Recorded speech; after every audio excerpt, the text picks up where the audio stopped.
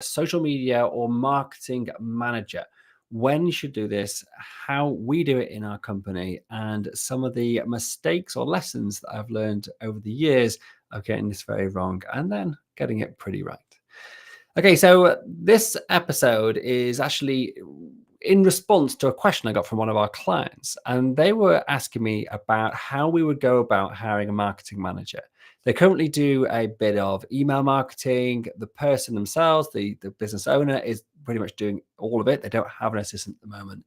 But they're really conscious of the fact they're not doing more on social media, and they're desperate to sort of get themselves out there, so to speak, and put their content out social media, but they don't really have the knowledge of what that should look like, how that should happen, the strategy, how they're going to even go about doing the content, etc.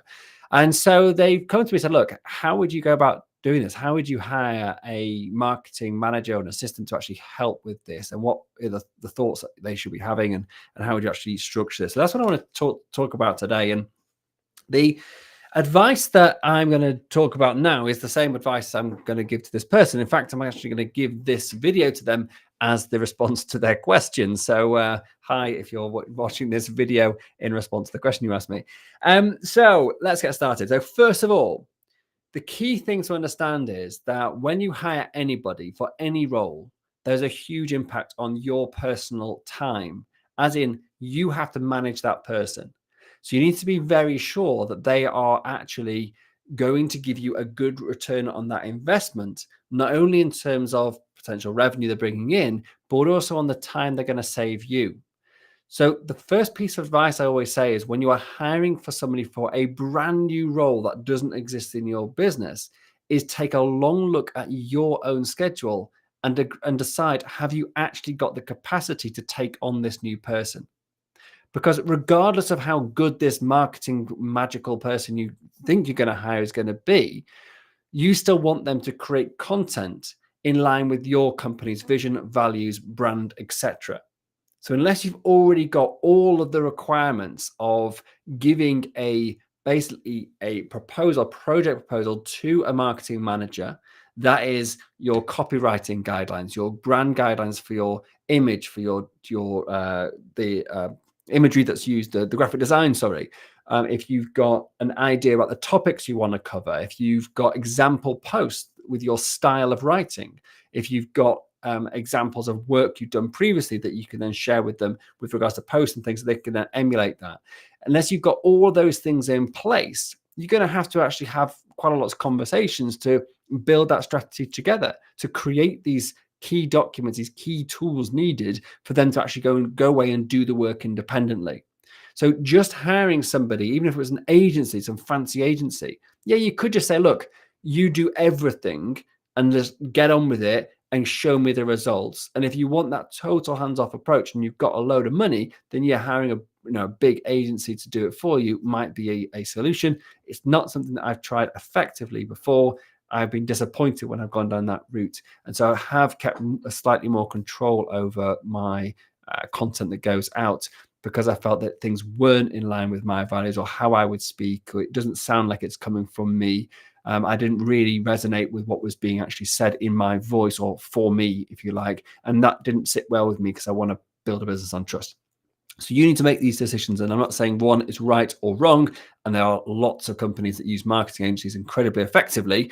But because I have quite a personal brand, and then I wanted it to actually be much more from me. So I've put more work into this, to making sure that when people do speak on my behalf, it does actually sound like it's from me, because it's come from a place that I have created, if that makes sense.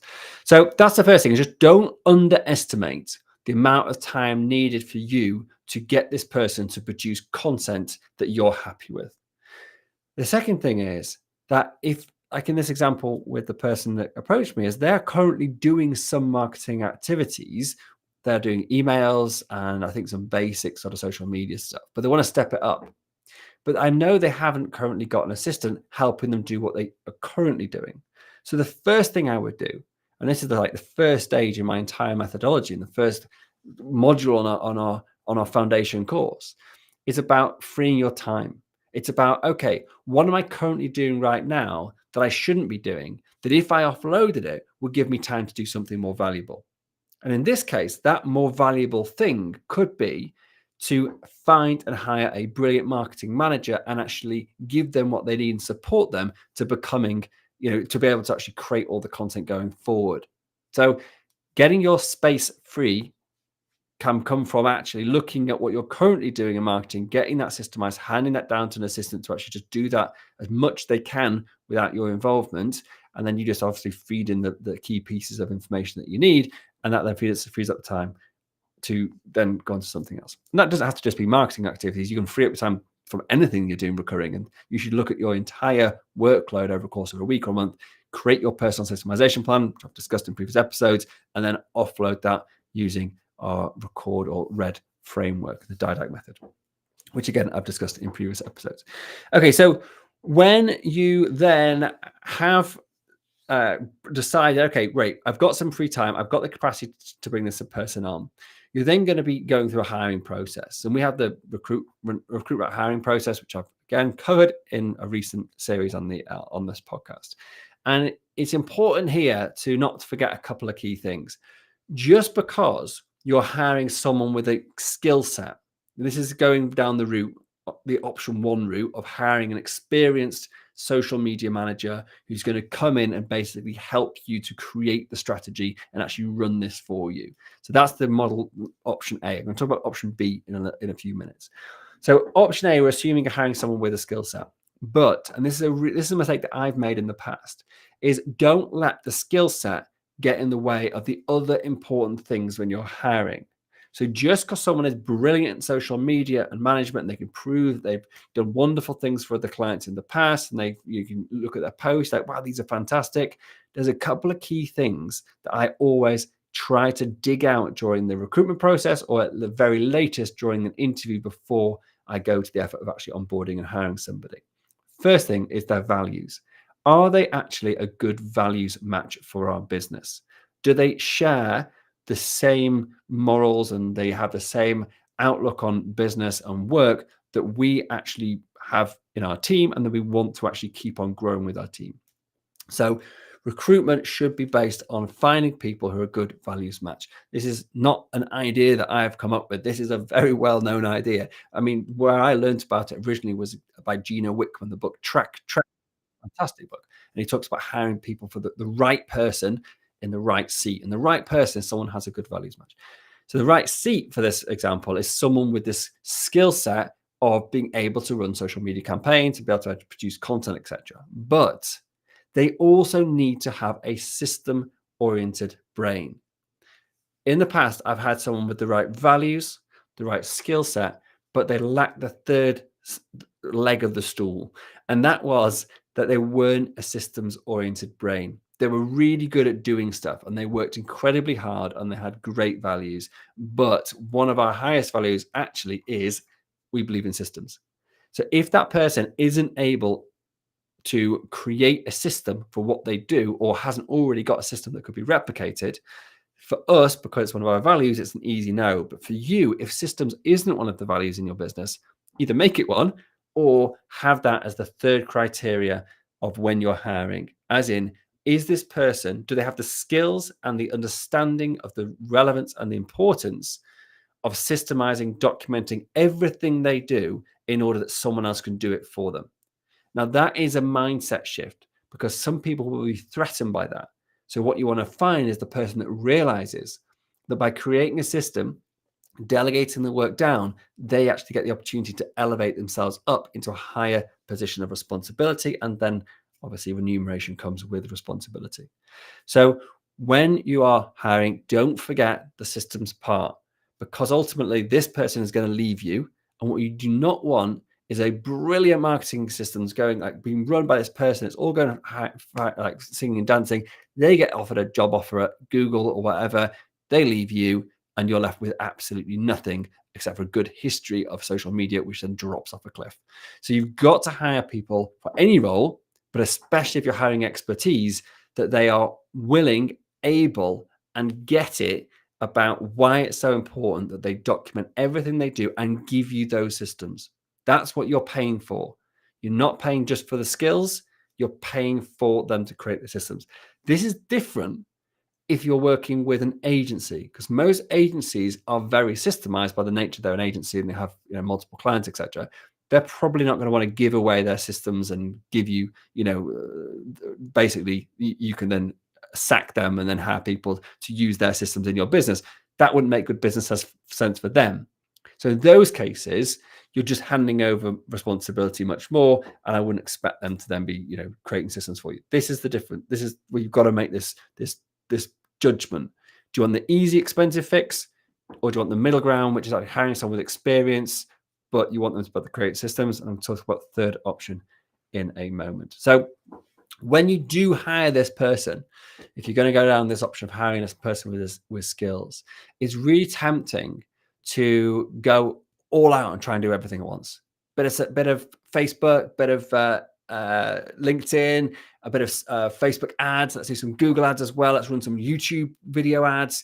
And I did exactly this in sort of a scattergun approach. And what happens is that person is dragged from one thing to the next, and they don't get to focus. But also you have got to then do lots of thinking or creating different types of content or learning about the different platforms, and it all becomes very chaotic. So again, just focus on one thing.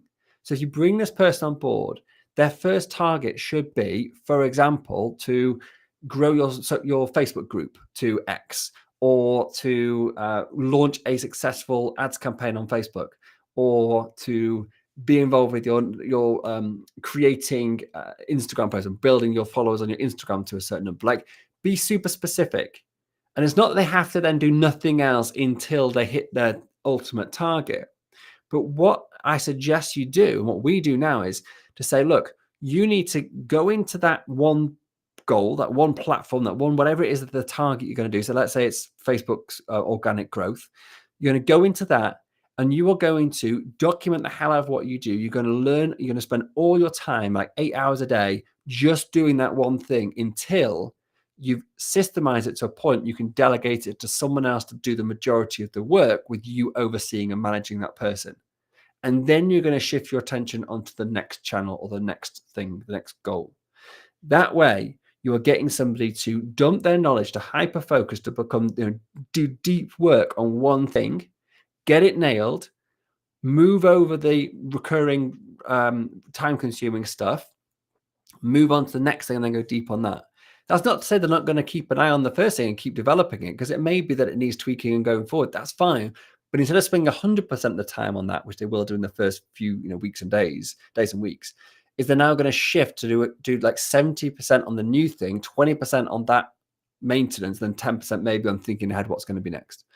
And so having them shift the time focus from 100% on one thing, or 90%, 10% maybe, then shifting it to be 70% on the new thing, but still maintaining, improving the original channel, and then keeping moving that forward. It means that you're basically able to get much more value from someone's knowledge and experience over the medium term, because you can tap into their expertise in every single channel and then systemize the hell out of it. And the great thing is, when they delegate down, they delegate the recurring work down, it tests the systems that they've created. Because if that person can't do it without continual help from the person above, it means it's not very well systemized. And then you can actually work on the systems part before they move on and forget, what they did, or before they end up leaving the company or whatever. And so that's how I suggest you do it. Focus on one thing, get that part working well, get a system in place. It doesn't need to be perfect. It's not like you have to do it for years, whatever, but get the majority of the work, the recurring work, delegated down to a lower cost entry-level assistant. And then that person with the higher cost experienced social media or marketing manager would then be able to move their focus on to the next thing. That's the way that we do it now, and it works very well. Cool. So the other thing I wanted to talk about, so I forgot where I was going. I was looking at my notes. My apologies for the pause.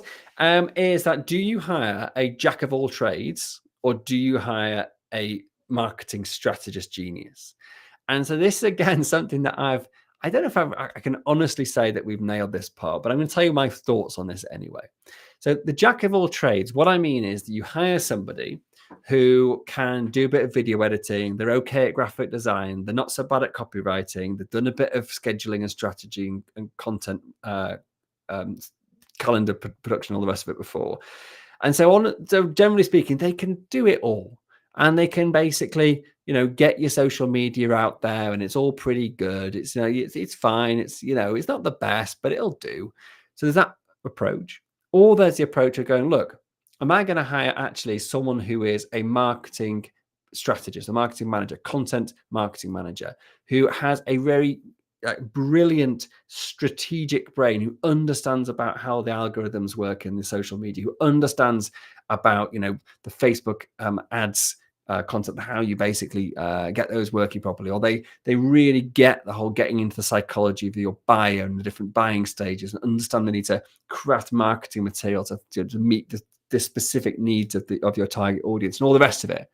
But they're actually not very good at graphic design or video, or maybe they're not so good at copywriting, or maybe they're good at one of those things plus the strategy, because that's often the case. And from my experience, limited experience, I've often found that people that are quite good at the strategy stuff often are very good at the copywriting, because they go very well together.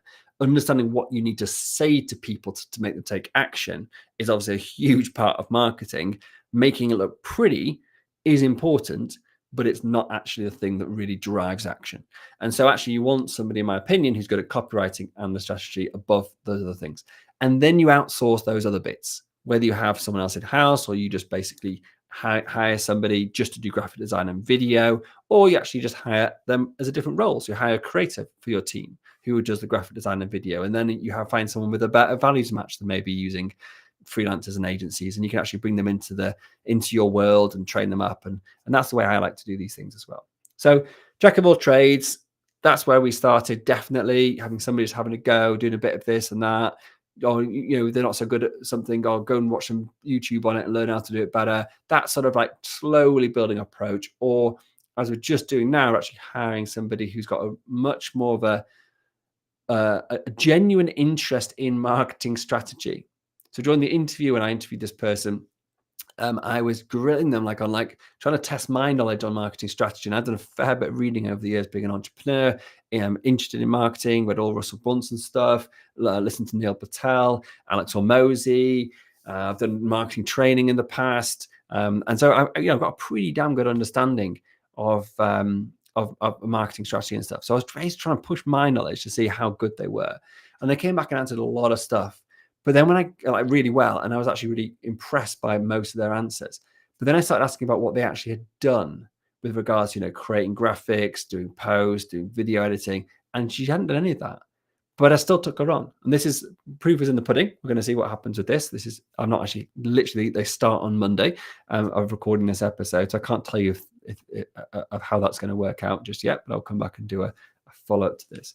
But that's the approach that I've gone this time around, is to not go for the jack of all trades, go to someone with a more specialist skill set, and I'm going to empower them that if they need to hire a video editor or a graphic designer, they have the authority and the budget to do that, and let them focus on what they are best at. And then, I can do that. I've got a little bit of budget now, whereas maybe in the past, it actually does make sense to go for a jack of all trades, because actually you probably get a better bang for your buck.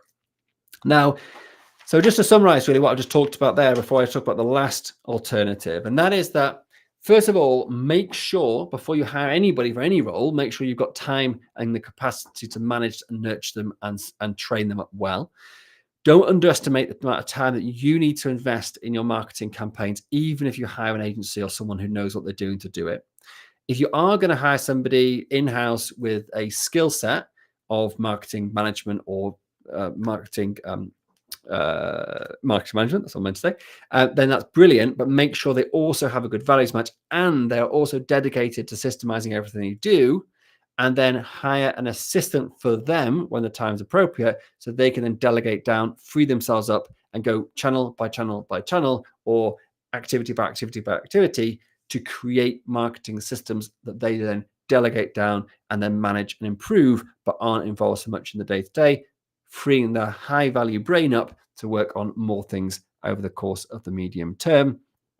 And then lastly, make sure that you make a decision before you start the hiring process what this person's skill set should be. Are they going to be a jack of all trades and they've just got an interest in being creative and being a bit of a marketeer?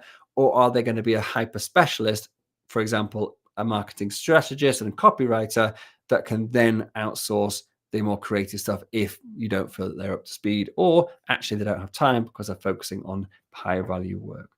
So that's the strategy that we've gone on this occasion. In the past, I'm going to tell you what we've done now, and that's the alternative. That's the third option, if you like: agency, specialist content marketer or marketing strategist or marketing manager. And the third option is to hire an assistant and to get them to actually train themselves up as they do the job. And this is what we've done in the past as well. Actually, we've done all of these things in the past, but this is the one we've done more frequently.